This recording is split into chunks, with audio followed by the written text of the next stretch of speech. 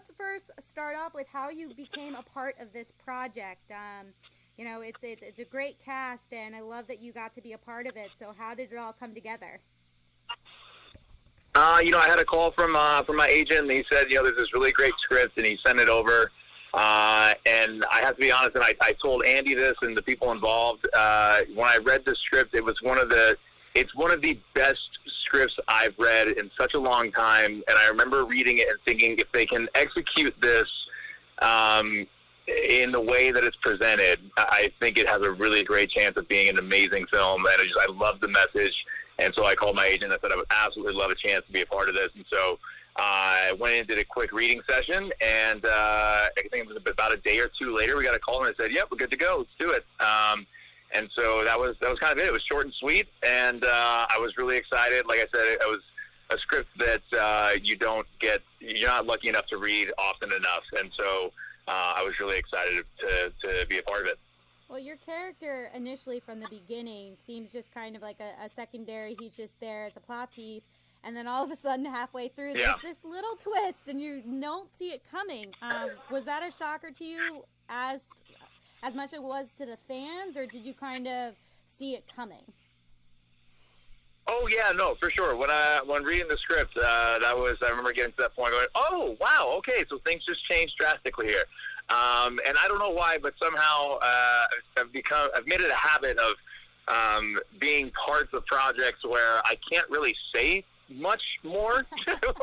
Otherwise I ruin it, and then people don't want to hire me anymore. So that's kind of like all I can say about it. But yeah, I will say it was just as shocking for me as well. And it's funny because the originally in the script, I think it came off a bit differently than we ended up playing it in the film when we got there on the day. And so it was kind of, I appreciated the way that it shifted. I think it gave a little bit more, I don't know. I don't know if you can even put empathy in there as the right word, but just compassion for the guy in the situation that he's in, and kind of, people make mistakes.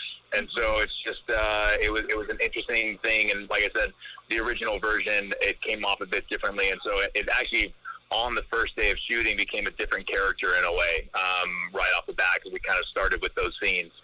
So it was a quick transition, but we all liked it, and I think we're all happy with where it ended up.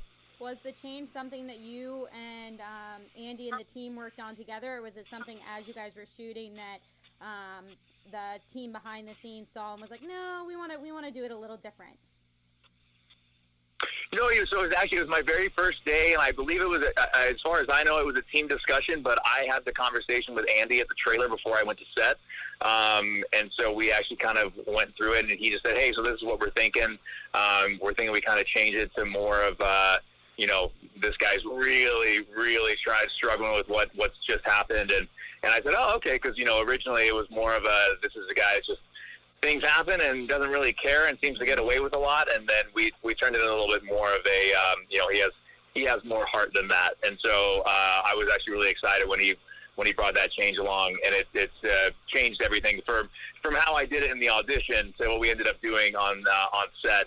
It was kind of a 180, but I think it works better for the film and for the story in general. Do you think your now newly married self and your character will succeed and it'll be a happy marriage, or do you think that this, night before the wedding misstep is foreshadowing? Debacle. Yeah. No, I'm an eternal optimist, and I'm too hopeful, and I believe that people can learn from their mistakes and become better, and I hope that's the case. I try to make a habit of that on my own. So I think this is a situation where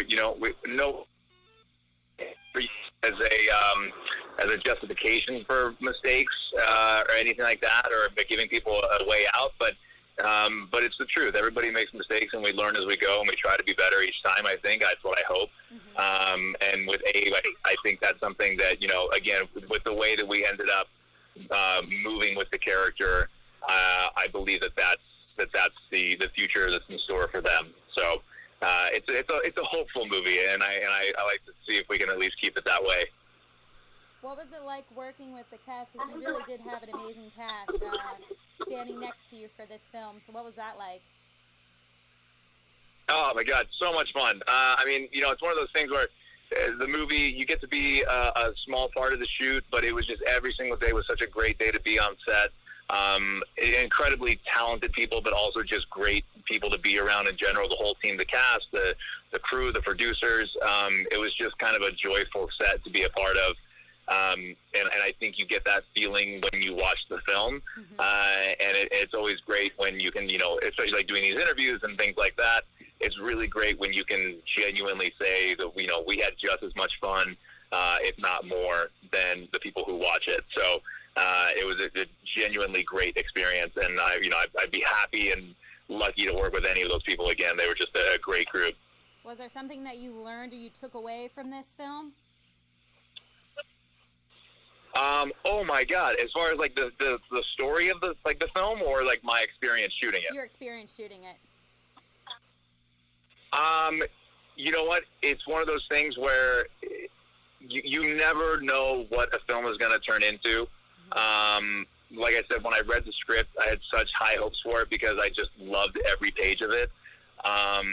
And you never know. Sometimes that happens, and then you see the final product, and you go, oh, man, it missed, and it didn't work, and that's unfortunate, but it just happens. Mm-hmm. And sometimes you watch it, and you go, oh, my God, I honestly couldn't be happier with the film and more proud to be a part of it. And especially in a case like this where, you get to be a small piece of it that just contributes to the overall picture. Mm-hmm.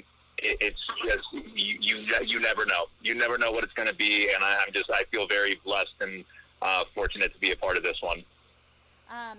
So the film obviously is a time loop and kind of plays off of a little bit of Groundhog Day, I would like to think.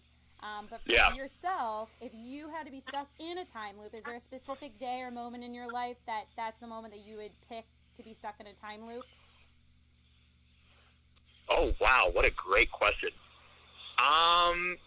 You know what? I'd probably have to say it would have to be either a holiday or a birthday of somebody that happened to have as many of your friends and family in one place at one time. I think that's something that kind of comes through in this film, which is that, there's really, it's good to know how to be alone, I think, but I think to be too used to being alone and not having that sense of family and friend and community, I just think that's kind of the greatest thing that you can have. So to be stuck in a day where you have that surrounding you, I just think if you had to pick one, that would be a good one. And I think place, as a bonus, but if you've got those people around you, I think you can kind of find a way to make it great. That's a perfect answer, because I completely agree with you on that. Well, I'm going to sneak in one last question because I know I only get a little bit with you. What are you hoping fans get from this movie?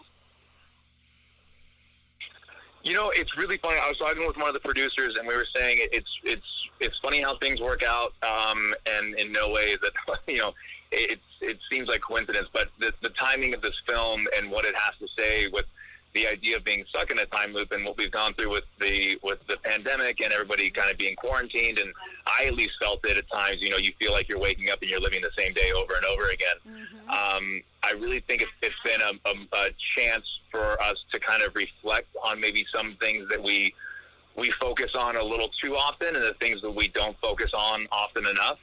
And I think sometimes that can be our relationships and those people that are closest to us, and I think sometimes we do take them for granted. I've definitely had those moments. So it's been a really great chance to think about the things that do matter most. And, when the world shuts down, what's left is your relationships that you have with the people that are closest to you. So I hope that it's a chance to look at that and remind ourselves that people are still the most important thing. And that, as long as we're making an effort to make the lives of those who are in our lives as best as they can be, I think that's the most important thing that we can do. So hopefully it's a chance to reflect on that.